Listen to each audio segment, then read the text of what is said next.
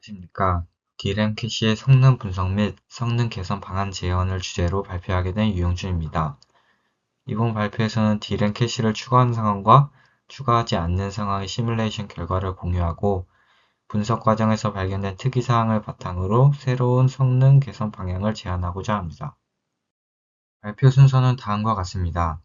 먼저 지난 실험 과정에 있었던 한계점과 개선 방향을 제시하고 이어서 보존된 환경에서의 베이스라인과 태그리스 모델 간의 성능 비교 결과를 제시하며 결과의 정확성까지 소개하였습니다.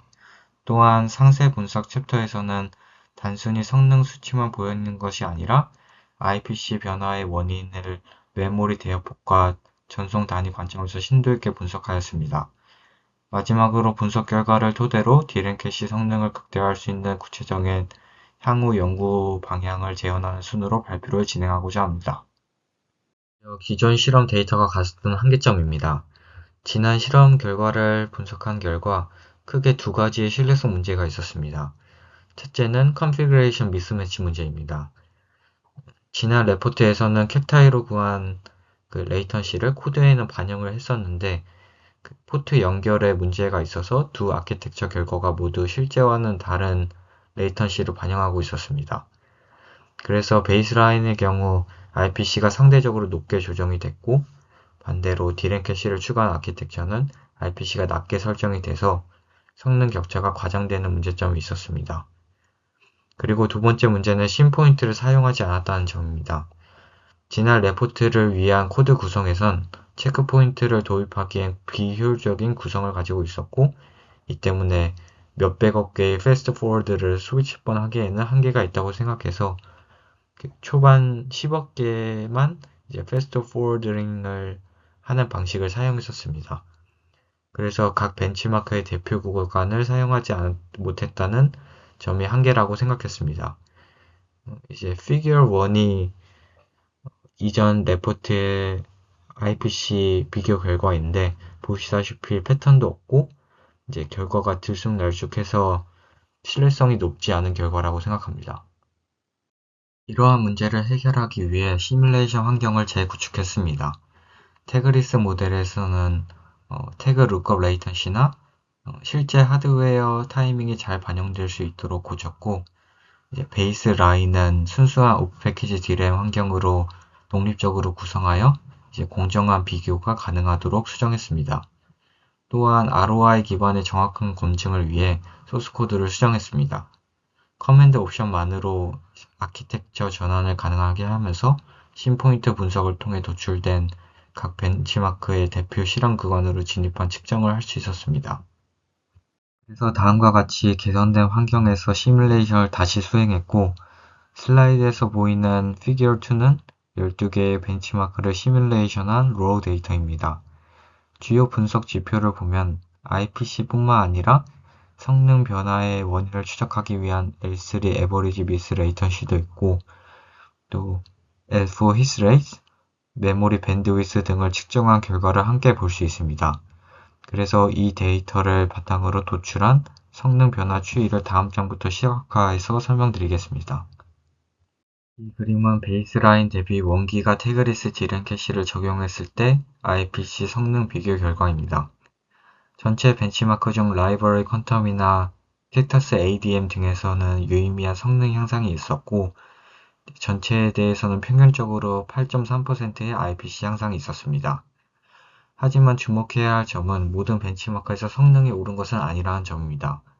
피규어 3에서 보시는 바와 같이 MCF나 쉔 같은 벤치마크에서는 오히려 베이스라인보다 성능이 하락하는 현상이 있었습니다.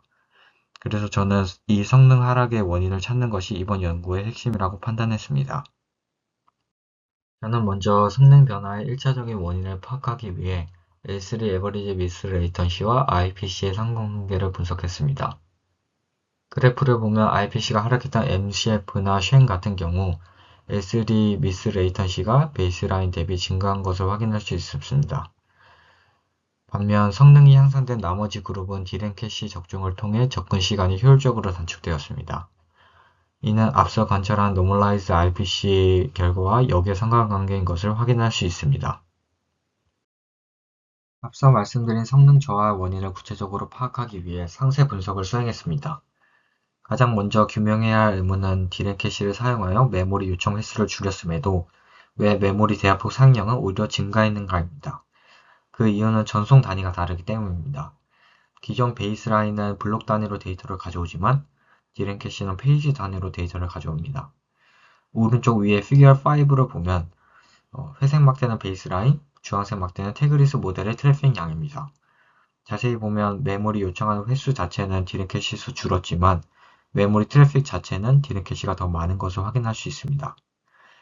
그럼 이러한 현상이 각 벤치마크에 어떤 영향을 미쳤는지 아래 피규어 6를 통해 자세히 보겠습니다. 먼저 빨간 박스로 표시된 MCF를 보면 L4 히트레이트는 95%로 준수합니다. 하지만 메모리 대포 상향은 베이스라인 대비 5배나 폭증했습니다. MCF는 랜덤하게 데이터를 조금씩 사용하는 워크로드인데 불필요한 데이터까지 통째로 가져오다 보니 오브젝트 밴드위스 세츄레이션이 발생했고 이것이 병목이 돼서 높은 적중률에도 불구하고 성능이 하락한 것입니다. 또한 파란 박스는 쉥의 결과인데 히트레이트가 50%로 매우 낮아서 캐시 미스에 따른 페널티를 그대로 받고 또 동시에 대역폭은 무려 27배나 더 사용하고 있습니다. 그래서 캐시의 이점을 못 보고 부작용이 쌓이면서 성능 저하를 보였습니다. 그렇다면 D램 캐시를 64바이트 블록 베이스로 하면 되지 않을까라는 의문이 들 수 있습니다. 하지만 표의 대부분의 벤치마크에서 히트레이트는 아주 높게 잡히고 있습니다.